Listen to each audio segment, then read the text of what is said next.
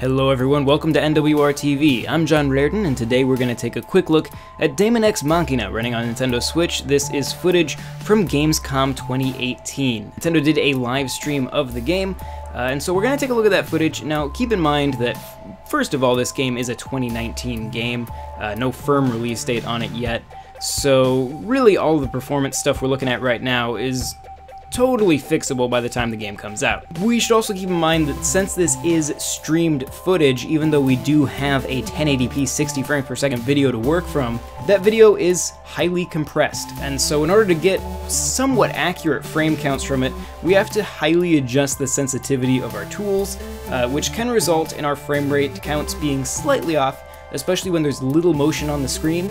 Luckily, this game is fairly fast-paced, so most of the time our frame rate counts should be pretty accurate, but just take them all with a slight grain of salt. We could be off by a couple frames here and there. Anyway, that being said, let's get into it. First of all, we got to see a little bit of gameplay just running around on foot. Now, we can see that the game is targeting 30 frames per second, but there's lots of dips and divots in that frame rate. That is not a straight line across the bottom of your screen. It's more of a beautiful mountainous landscape, and it is just going to get more interesting as we go. For the most part, though, this ground footage does appear to mostly run well, with just some hitches down to about 27 frames per second, sometimes more as much as 25, when action gets a bit more heated. And hopping into the mech now, here's where we're going to start to see things get a little bit more interesting. While we're on the ground, things are mostly okay, at least while we're close to the ground, just fighting this one enemy here. Things remain mostly okay. Once again, that 27 frames per second number is going to be one you're going to see a lot throughout this. That seems to be where the game operates, is right around, sometimes closer to 25, 27 frames per second. Once we actually take off and get into the air, that's when we're going to start to see some more substantial dips, which I assume just comes from rendering more of the level geometry at once. We also see these as more enemies start to come into the screen.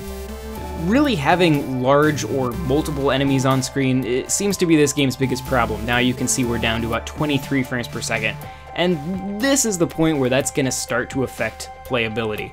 Of course, like I said, this is a 2019 game, so, you know, what we're seeing here is very early code. This could very well be the same build we saw at E3. Who knows where the game is actually at this point. But that being said, 23 frames per second is admittedly a little rough. And I am kind of thinking that the issue comes more from a combination of particle effects and the number of enemies on screen, more so than the geometry of the level itself, because when we're just kind of hovering over the terrain like this, it seems to hold fairly well. Once you start to throw in a bunch of robots flying around, that's when things get a bit more interesting. Now next, they demoed a boss fight, and in this they were also showing off their multiplayer feature.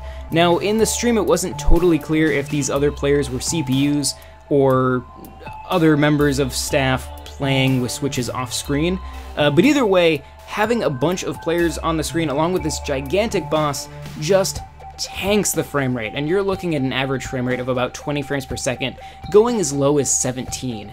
And that is really an issue for a fast-paced action game. Of course, early build and all, but that is in rough shape, and that's something you can see even without, you don't need a graph on screen to tell that that game is running choppy in this sequence. Hopefully that's something that all gets cleared up.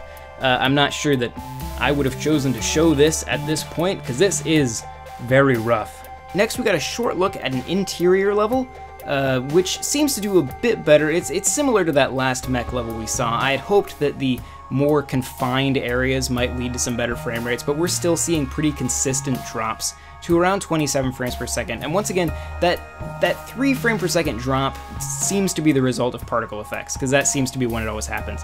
There's a spot in here where we get explosions right in front of the camera, and pretty much every time one happens, we see that drop to 27 frames per second. So pretty easy to say that that's what's causing that. But yeah, like I said, this is of course working from a stream. We've had to adjust the sensitivity of the tool to compensate for that compression, and we may be off on our frame counts by a few frames here and there, so just keep that in mind.